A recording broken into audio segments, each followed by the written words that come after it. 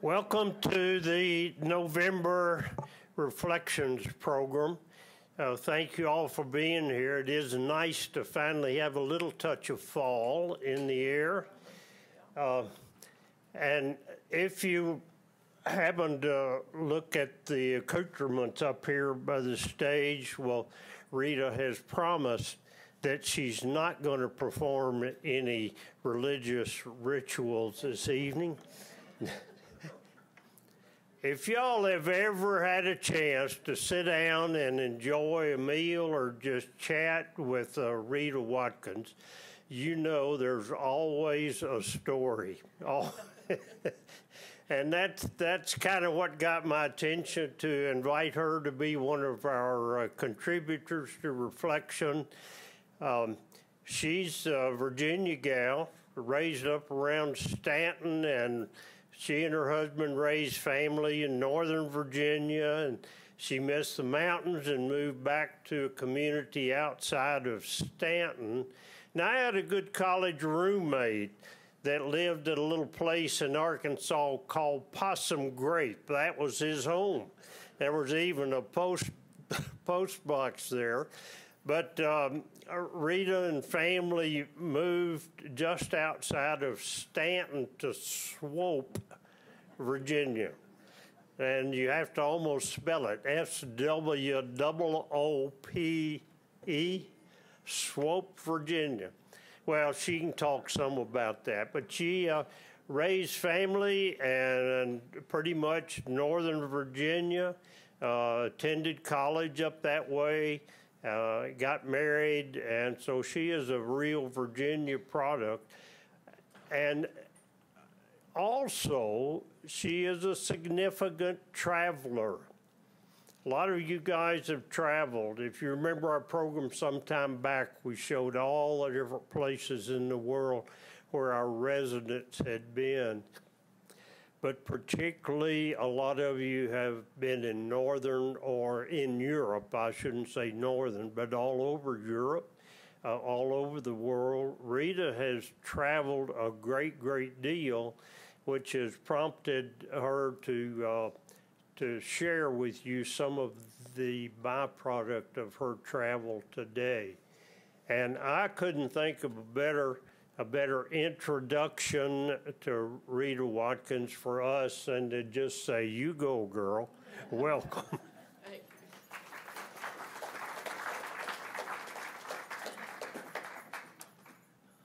Holy cow.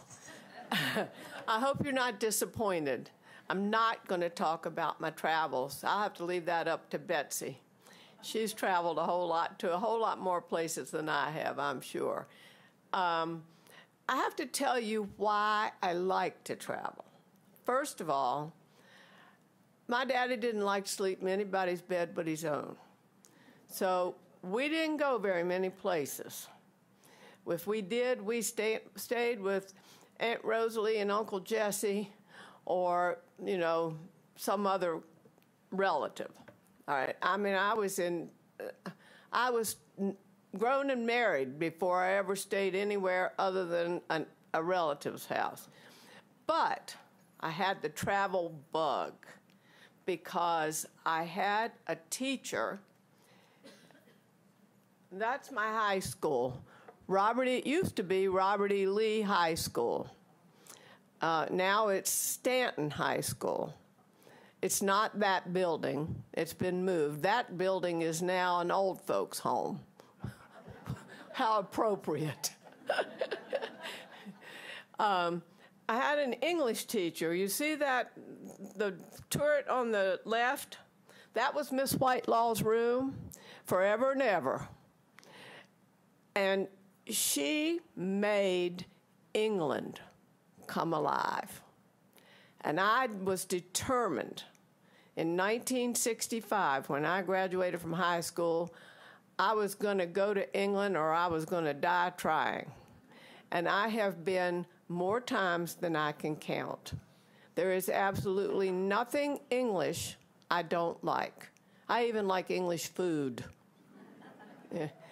I've been more times than I can count. I've been other places, but if someone said, I'll buy you a ticket to go wherever you want to go, I'd go to England. If you haven't been, you need to go. All right, let's see. Believe it or not, that's me. That's 1965. Yes, I had black hair. I was a senior in high school, and Miss Whitelaw introduced us to Beowulf. And I fell in love with English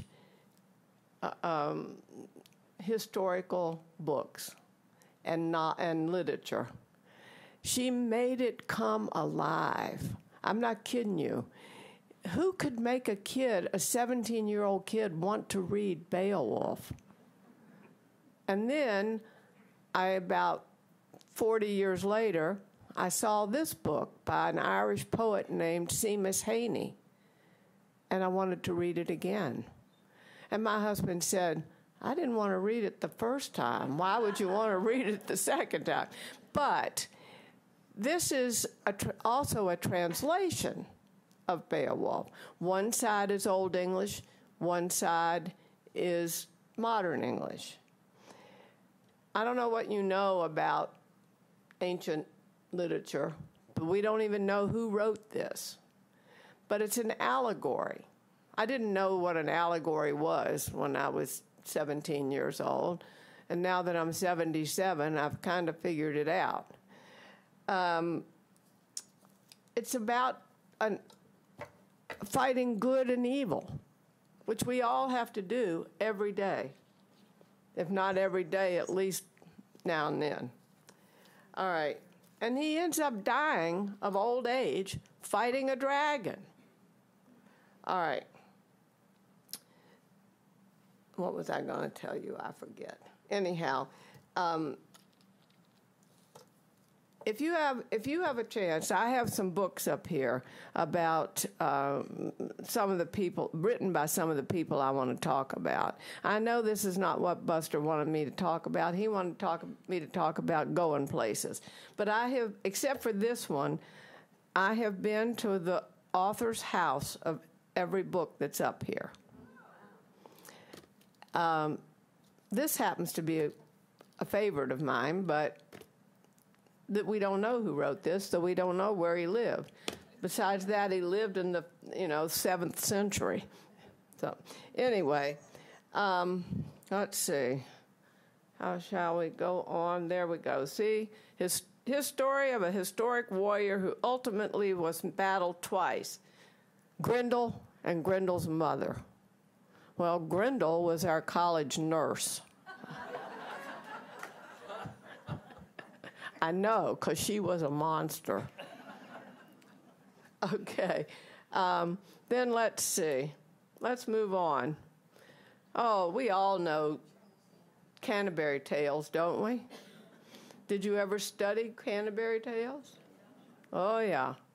Do you know the prologue to the Canterbury Tales?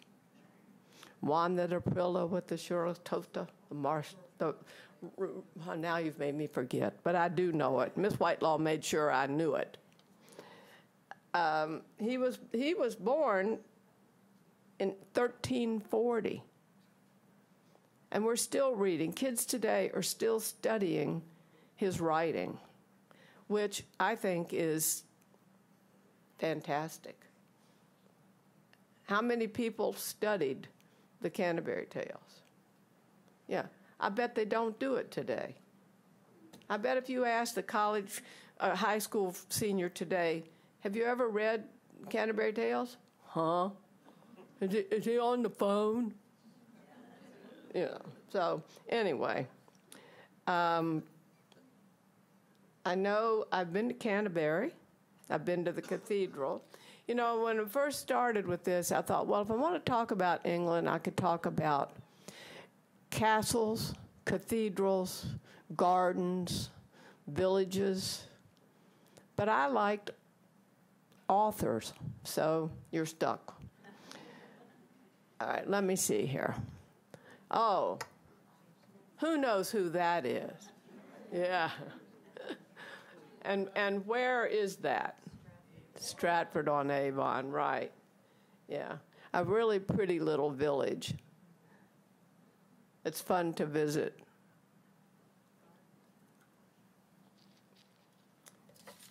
This is one of Shakespeare's most famous sayings, writings. All the world's a stage, and all the men and women merely players. They have their exits and entrances, and one man in his time plays many parts. And all of us have had to play many parts through our life, from being a child yourself to raising children and grandchildren. Let's see. No, that's not who I wanted. I don't think I have a picture of her. What about Jane Austen? Does anybody like Jane Austen? Yeah, I do too. She lived in a little village called Chawton. I've been there in her little house, and she was only 41 when she died. She was never married. She lived with her parents most of her life, and all her books were published anonymously because women couldn't write. You know, only men could write. Her brother had to help her collect her royalties because they didn't want to pay him to her. She's buried at Winchester Cathedral. I've been to Chawton. I've been to Winchester. It's just, when you are in love with England and English literature, when you go to places like that, it takes your breath away. At least it does mine. Well, let's see. I also don't, and I have a picture of one of her books too, Pride and Prejudice. I also have the Bronte sisters. Did you ever read Jane Eyre? Mm-hmm. That's about the only one of hers I ever read because my mother said, "Oh, you have to read Jane Eyre." And I thought, yeah, right. But I've been to Haworth, where they lived, and it's no wonder they all died really young of tuberculosis, if you've ever been there. It's in the middle of a churchyard. Can you imagine? And they had a well. Can you imagine what their water supply was like? I don't know why instead of tuberculosis they didn't die typhoid. But it was interesting to see how they lived. I've been to Hilltop House where, I lost her. Peter Rabbit. What was it? Beatrix Potter, thank you. Where she was, and she was really a neat woman. She was a naturalist and a conservationist before that was popular. She donated acres and acres and acres of farmland to the National Trust so it wouldn't be developed. These people all didn't realize at the time what a mark they were making on society. And there are people in this room that are making a mark on society, and we don't even know it. All right, now, this guy, you probably don't know who he is. Thomas Hardy. Did you ever read anything by him? Tess of the D'Urbervilles, right. When I was in high school, when I was a senior, we were required to read 2 Thomas Hardy books. All the girls read Tess of the D'Urbervilles. All the boys read Jude the Obscure, all but Rita, and she read Far from the Madding Crowd. Because I learned early on, especially with Miss Whitelaw, it was best to do your book report on a book nobody else read, because then she didn't have anything to compare it to. I've been to his house too, which is in where is it? In Higher Bockhampton in Dorset, England. And that one I just fell upon. I happened to be over there with a friend, and we were just driving around, and I said, "Oh, Thomas Hardy's house, I have to go." She said, "I'm not getting out of the car." That's the way I like to travel. You know, get in the car, and when you see some chimneys over there, you say, "Go that way. Let's see what that is." And that's how we saw most of the places we saw in England. They had tea and crumpets in lots of tea gardens. Now, let's see. Do I have anybody else? Dickens. We all know Dickens. Christmas Carol. You know, every year at Christmas we know about Dickens. And his house in London is open to the public. A lot of these authors all have homes, either where they lived, where they were born, where they died, that are open to the public. You just have to, I guess we'd Google it. You know, ask the Google. The Google knows everything. So I don't know. I'm sorry if this is not what you thought you were going to get. But if you have any questions, I'll see if I can answer. There's Jane Austen. Rita, is your interest just in England or in all of Great Britain? Where? What? Well, Scotland. Oh, I've been to Scotland. I've been to Wales. I've been to Northern Ireland. I've been to Ireland. I've been to England. In fact, I was in Scotland a year ago, October, with my brother. And we tried to go to, nowadays it's so crowded you have to have advance tickets or you can't get in. How about Finnegan's Wake? Who wrote that? An Irishman. I don't know that one. Oh, that's a pity. It sounds familiar, but I don't know it. Alfred Lord Tennyson? Yeah, he was a poet. I wasn't much into him. But I have been to, what was his name? He wrote a poem about the daffodils. Wordsworth, yeah. I know so much about him, I don't even know his name. But all those little places are so neat to see. And of course, now the world is getting so populated that everything is so crowded, and that takes away a lot of the joy sometimes. Somebody Googled it. It was James Joyce. James Joyce, okay. See, ask the Google. If you ask the Google, they know everything. Yeah. What are the books that you All right, well, Why? all right, okay. This one is this one is interesting. Of course, I'm fond of it. It's interesting because one side is Old English and the other side is Modern English. So you actually can understand what it says.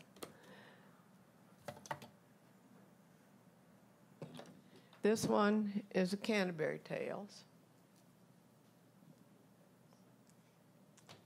This is a Jane Austen. This happens to be Pride and Prejudice, but you can go to the library and you can get all of them. This is Dickens' A Christmas Carol.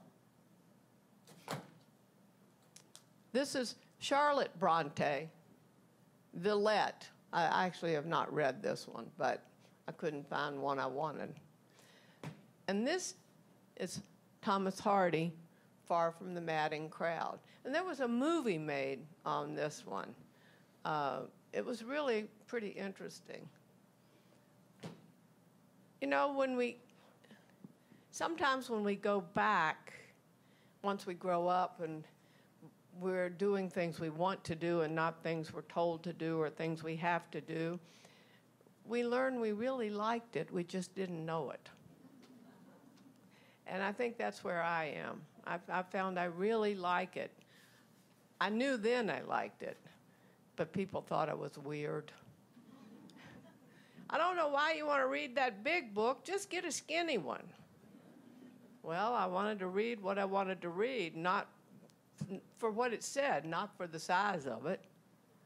So, anyways, I hope I didn't disappoint you and you got a little something. Have you been through most of Shakespeare's stuff?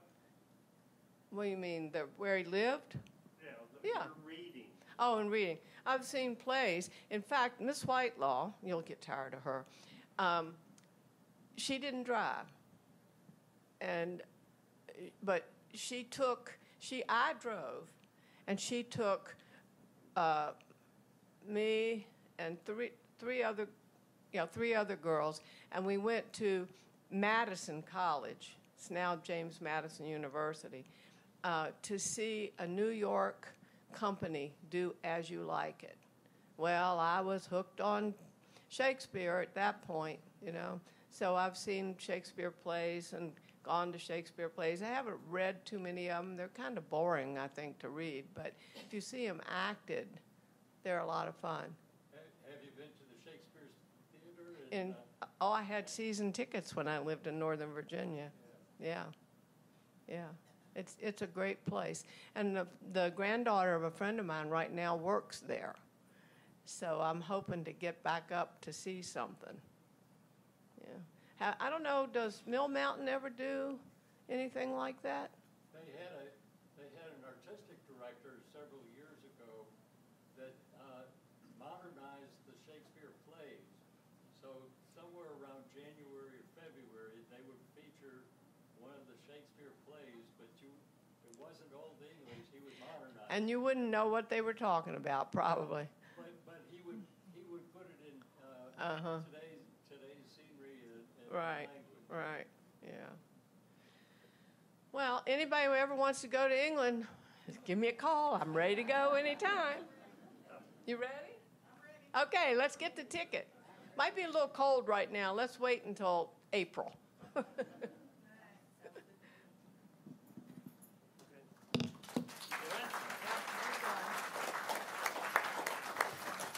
Oh, here's your little jigger. Huh? Wait, here's another slide. Oh, that's the Brontes. Look, see all those graves? Here, talk to the microphone. Oh, see all those graves? Look how close the house was. I thought I had a picture of them. That's Anne, Elizabeth, and Emily. Yeah. Well, I think the mark of a good teacher, I think she could go down as a good teacher. She probably didn't realize it at the time because people didn't really, the kids didn't appreciate her, most of them, And I lived downtown, and she walked to town every Saturday morning. And if I happened to be outside, she'd say, "Good morning, Miss Wagner. How are you today?" And I'd go, "Oh."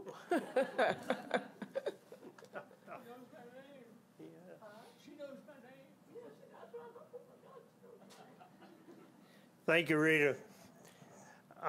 December's reflection, we're going to repeat the program basics that we had last year. And it's kind of going to be everybody can share a very short reflection of growing up at Christmas time in your home. And we're going to be around all around the nice big tree that is decorated for Brandon Oak. So it will be a joint effort, and do not be surprised if I ring you up or come knocking on your door and say, "Please prepare." So the thing to do is just go ahead and prepare now to share with everybody. What will that date be? The third Friday in December. Okay.